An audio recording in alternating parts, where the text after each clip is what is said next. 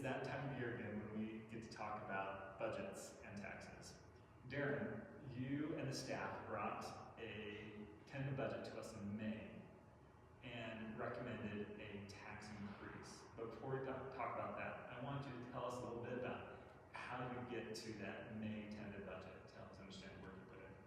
So myself and the staff, we get together and we go through the previous budget that we're working on that year, and we look at the numbers that have came in as far as revenues and expenses throughout that year.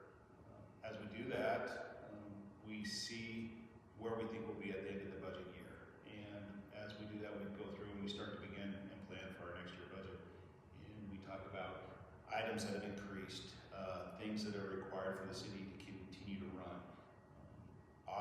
projects, road projects, street projects, water projects, sewer projects, just all the different projects that are happening, and also community events. What do we want to do for our community to make our community stronger? And so we put those items together, and then we get dollar amounts, and we bring that to the city council. Awesome. First of all, I want to highlight the work that you and the staff put in.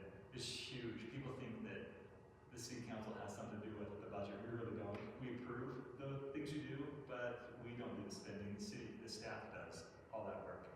So thanks for all that work. One thing I think about too that we did this last year was the analysis from Zions Bank on what we need to do to keep our infrastructure up to date over the next 10 years and the cost that that's going to take and how that's played into this year's budget year as well, and those expenses that we'll see on our city bills next year.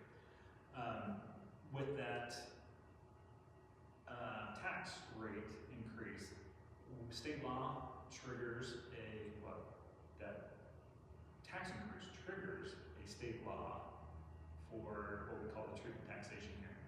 So where you bring the budget to us, the city council meets, as well as a public meeting for everybody to join us to talk about the expenses that the staff has identified, as well as our forecasted incomes, and comparing those two. And then we get the input from the staff, we get it from the residents, we get it from the elected officials, and then we decide if it's appropriate and at what amount do we do that increase or not increase on there.